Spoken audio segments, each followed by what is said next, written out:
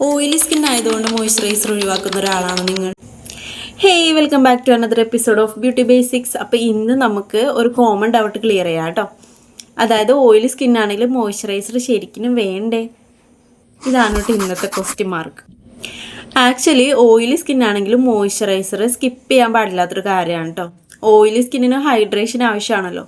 പക്ഷെ മോയ്സ്ചറൈസർ തിരഞ്ഞെടുക്കുമ്പോഴാണ് നമ്മൾ കുറച്ച് കാര്യങ്ങൾ ശ്രദ്ധിക്കേണ്ടത്. അതായത് ഓയിലി സ്കിൻ ആണെങ്കിൽ വളരെ ഹെവി ആയിട്ടുള്ള ക്രീം എടുക്കുന്നതിന് പകരം ഒരു ലൈറ്റ് വെയ്റ്റ് ആയിട്ടുള്ള നോൺ കോമഡജനിക് ആയിട്ടുള്ള മോയ്സ്ചറൈസർ തിരഞ്ഞെടുക്കുന്നതായിരിക്കും ബെറ്റർ.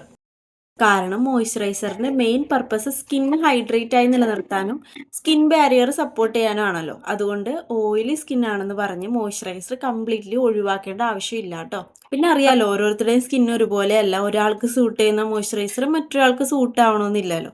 അതുകൊണ്ട് നമ്മുടെ സ്കിൻ ടൈപ്പിനും സ്കിൻ നീഡ്സിനും പറ്റിയത് ചൂസ് ചെയ്യേണ്ടതാണ് കേട്ടോ.